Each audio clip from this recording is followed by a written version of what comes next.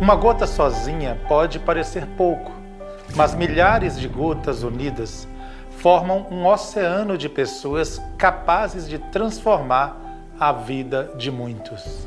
De forma que a magia mental, sendo a mais apurada que existe, também pode ser a mais perigosa que existe. Porque tanto podemos, através da mente e do pensamento, criar as formas mais belas, e para isso podemos fazer uma observação que todas as construções mais belas que a humanidade já teve até hoje, que o homem pôde construir, surgiu primeiro num projeto mental, no pensamento do arquiteto. O próprio universo surge primeiro como um projeto na mente cósmica do grande arquiteto universal. Depois que ela se forma como um projeto arquitetônico, ela toma forma, toma um esboço através do verbo, da palavra. A palavra materializa, por assim dizer, o pensamento. E depois que ela transforma nesse esboço semimaterial, surge o universo físico como a forma desta magia, dessa força cósmica, trazer para o mundo palpável, o mundo das formas, aquilo que já existe em seu pensamento. Traduzindo isto para a realidade humana, tanto o bem, as coisas belas, as coisas que tocam a alma mais sensível do esteta, do poeta, do arquiteto, tanto isto, quanto as coisas mais vis, que degradam o ser humano, que o aproximam cada vez mais da natureza animalesca, não animal, mas animalesca, tudo surge na base da magia mental. De maneira que nós precisamos dar uma atenção especial para a nossa casa mental, porque é de onde surgem todas as criações, sejam belas, sejam as mais vis. E o pensamento como a fonte primordial de toda magia, desde o pensamento universal do grande arquiteto, quanto o pensamento do homem na terra, precisa ser considerado, então, como a forma mais primorosa de agir na natureza, tanto na natureza física, nas relações interpessoais, quanto na natureza externa, como nós falamos, na natureza ecológica do planeta. De maneira que o pensamento pode chegar a ser a pior forma de magia que existe, tanto quanto a melhor e mais elaborada e sutil manifestação da magia. Mais forte ainda do que a bomba atômica, que destruiu e destrói as moradas e as vidas humanas, o pensamento poderá também destruir, quanto também construir. Quando alguém fala que vai fazer um processo de magia negra, primeiro ele recolhe do interior do seu psiquismo, do seu pensamento, tudo aquilo de natureza mais vil que existe, de pensamentos negativos que ele deseja para o seu alvo mental.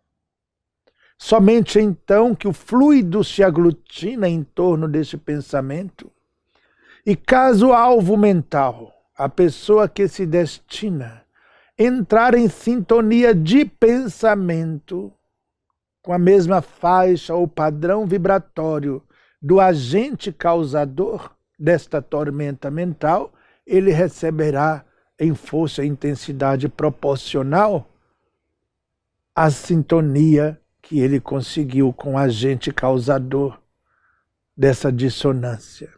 Porém, se o agente envia um pensamento malévolo ou atrai espíritos de natureza malévola para assessorá-lo na emissão desta mágica, dessa magia negativa, dessa magia negra. Mas o agente a quem se destina, o alvo mental, está em sintonia fina com as dimensões mais elevadas da vida. Esta energia passa por ele, mas não atinge o alvo. Porque o alvo está sintonizado com questões superiores. Portanto, a energia inferior do pensamento não poderá de forma alguma atingi-lo. Isto, se meus irmãos estudarem na ciência de meus irmãos, poderão ver isto na física quântica. Aquele que sintoniza com os propósitos superiores dá um salto quântico. Então, ele fica na não localidade, onde a energia inferior não poderá atingi-lo. Ela vai transitar de um lado para outro. Mas o pensamento do alvo está na não localidade. Porém, se ele sair da não localidade, do plano extrafísico superior e descer vibratoriamente para a localidade onde a partícula negativa está, imediatamente ele entra em sintonia e em alguma medida recebe o impacto vibratório desta energia daninha. Isso tudo, meus filhos, explica que magia é ciência.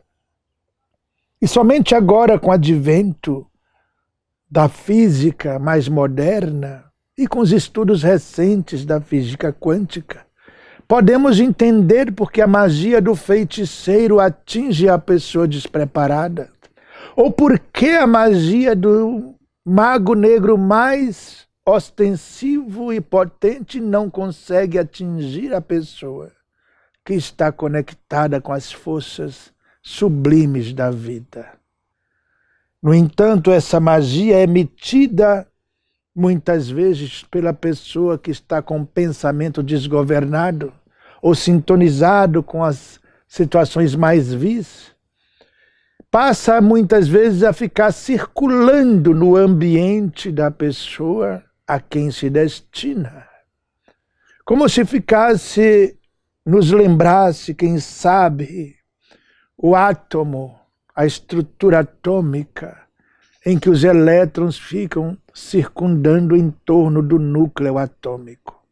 No momento em que o alvo, despreparado, entrar numa situação magnética ou energética de depressão, e eu não falo da depressão em conformidade com o que os estudiosos da Terra dizem, a depressão emocional, psicológica, mas quando a energia dele cai e ele perde a sintonia, ele sai da situação não localidade das partículas superiores e cai no universo semimaterial, onde circunda a energia inferior e aí ele recebe o impacto vibratório.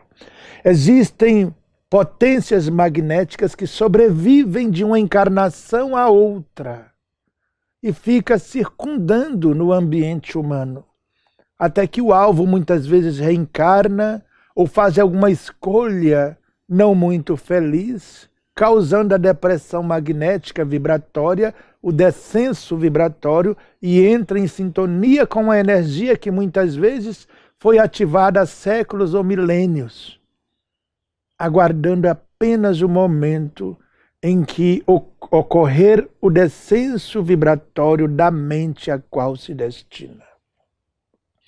Por isto mesmo, meus filhos, os conselhos do Evangelho de Nosso Senhor Jesus Cristo de amar, de perdoar, são as mais potentes formas de preservação energética. Se você quiser contribuir e conhecer detalhes desse projeto, acesse o nosso site robsonpinheiro.com.br/gotas. robsonpinheiro.com.br/gotas. Você vai conhecer o que já estamos fazendo e o projeto para o futuro. E tenho certeza que você se encantará com o que está sendo feito e será o meu parceiro e o parceiro dos espíritos na execução da Aruanda de Pai João no plano físico.